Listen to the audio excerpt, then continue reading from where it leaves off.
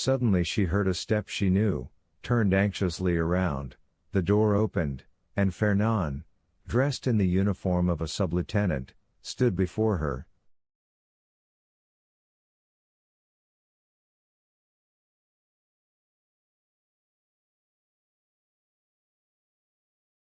It was not the one she wished for most, but it seemed as if a part of her past life had returned to her.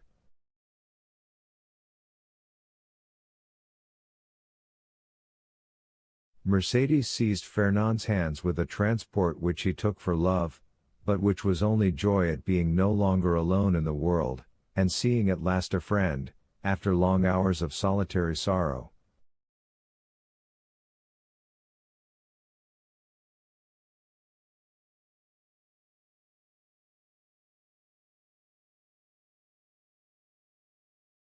And then, it must be confessed, Fernand had never been hated, he was only not precisely loved.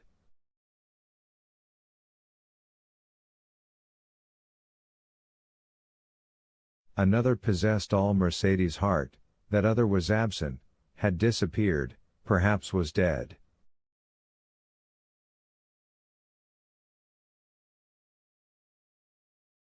At this last thought Mercedes burst into a flood of tears, and wrung her hands in agony, but the thought, which she had always repelled before when it was suggested to her by another, came now in full force upon her mind, and then, too, old Dantes incessantly said to her,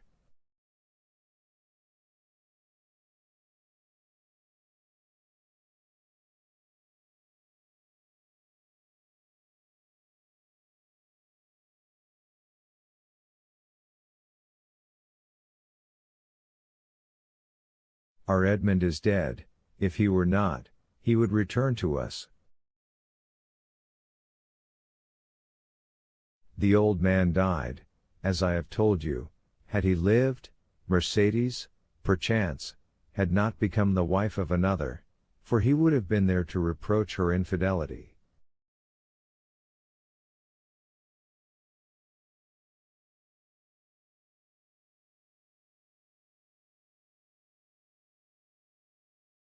Fernand saw this, and when he learned of the old man's death he returned. He was now a lieutenant. At his first coming he had not said a word of love to Mercedes, at the second he reminded her that he loved her.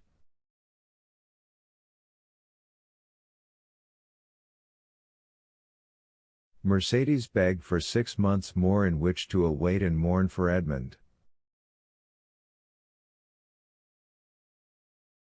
"So that," said the abbé, with a bitter smile, "that makes 18 months in all."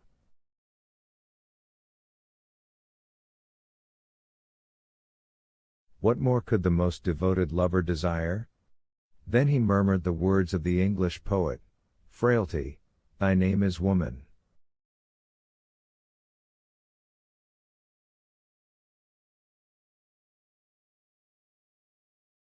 "6 months afterwards," continued Caderousse, "the marriage took place in the church of Écoles.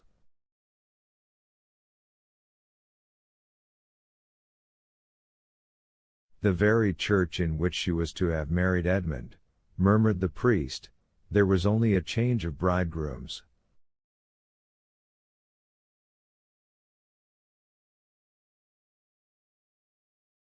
"Well, Mercedes was married," proceeded Caderousse, "but although in the eyes of the world she appeared calm, she nearly fainted as she passed La Reserve, where, 18 months before, the betrothal had been celebrated with him whom she might have known she still loved had she looked to the bottom of her heart."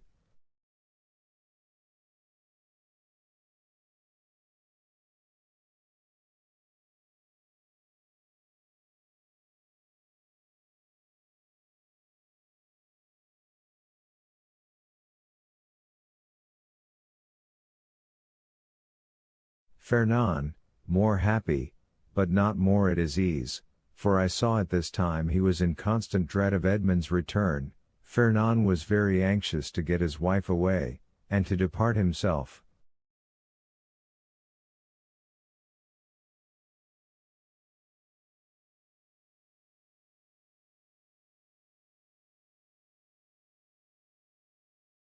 There were too many unpleasant possibilities associated with the Catalans, and 8 days after the wedding they left Marseille.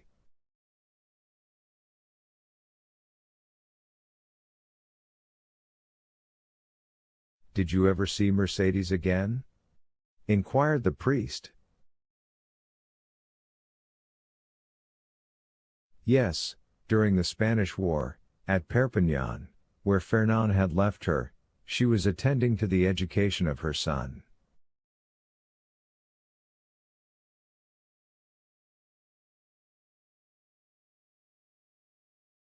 The abbé started. "Her son?" said he. "Yes," replied Caderousse, "little Albert." "But, then, to be able to instruct her child," continued the abbé, "she must have received an education herself."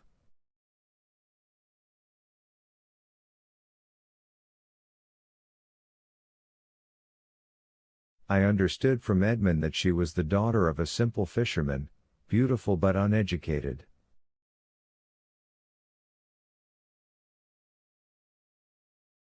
"Oh," replied Caderousse, "did he know so little of his lovely betrothed? Mercedes might have been a queen, sir, if the crown were to be placed on the heads of the loveliest and most intelligent."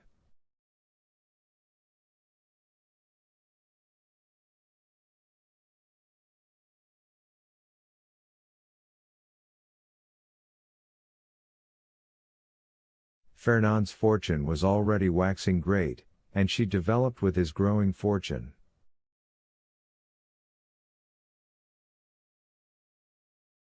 She learned drawing, music, everything. Besides, I believe, between ourselves, she did this in order to distract her mind, that she might forget, and she only filled her head in order to alleviate the weight on her heart.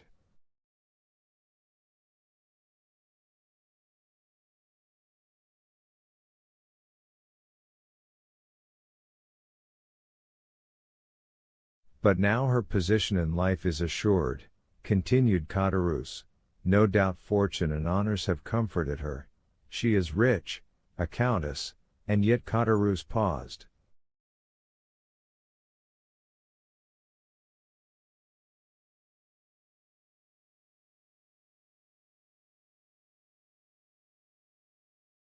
"And yet what?"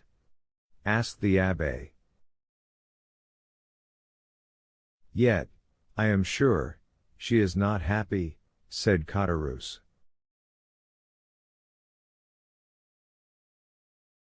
"What makes you believe this?" "Why, when I found myself utterly destitute, I thought my old friends would, perhaps, assist me.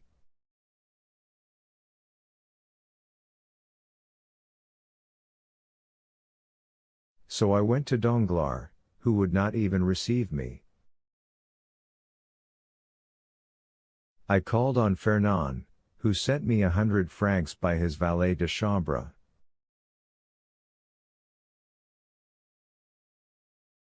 Then you did not see either of them?" "No, but Madame de Morcerf saw me." "How was that?" "As I went away a purse fell at my feet. It contained 25 louis. I raised my head quickly, and saw Mercedes, who at once shut the blind.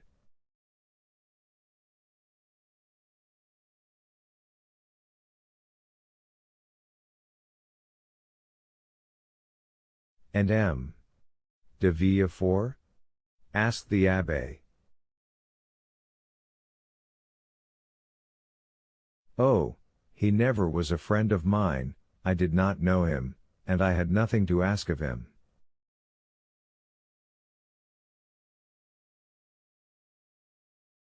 "Do you not know what became of him, and the share he had in Edmond's misfortunes?"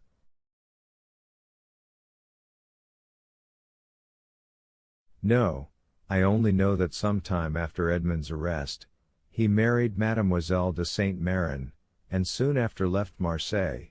No doubt he has been as lucky as the rest. No doubt he is as rich as Danglars, as high in station as Fernand. I only, as you see, have remained poor, wretched, and forgotten.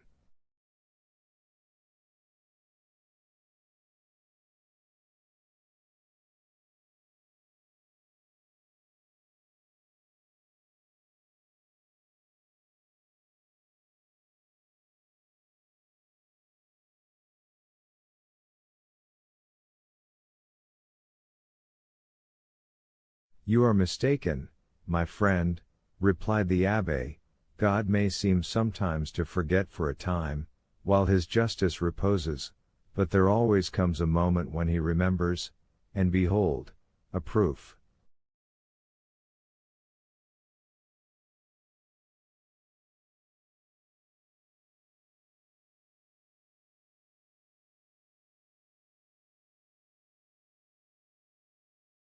As he spoke, the abbe took the diamond from his pocket, and giving it to Caderousse, said, Here, my friend, take this diamond, it is yours.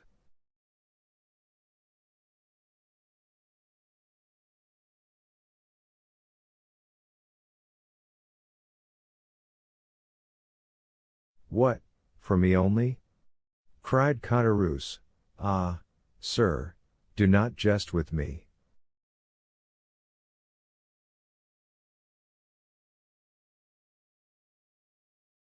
This diamond was to have been shared among his friends. Edmond had one friend only, and thus it cannot be divided. Take the diamond, then, and sell it. It is worth 50,000 francs, and I repeat my wish that this sum may suffice to release you from your wretchedness.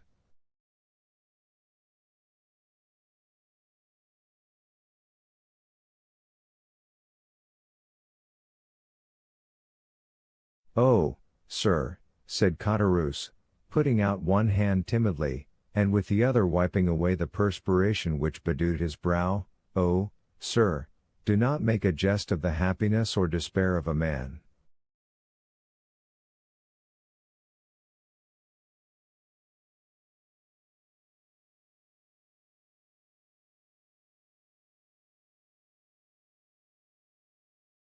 I know what happiness and what despair are, and I never make a jest of such feelings.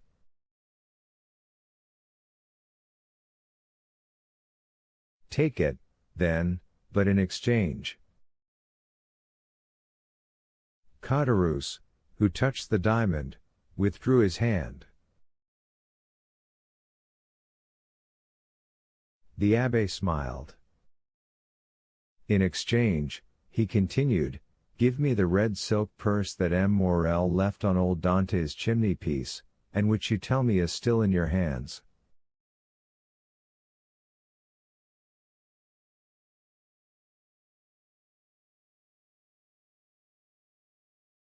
Caderousse, more and more astonished, went toward a large oaken cupboard, opened it, and gave the abbe a long purse of faded red silk, round which were 2 copper runners that had once been gilt.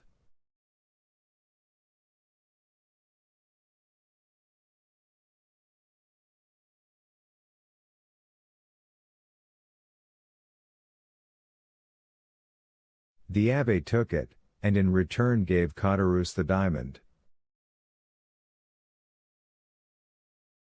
Oh, you are a man of God, sir, cried Caderousse, for no one knew that Edmond had given you this diamond, and you might have kept it,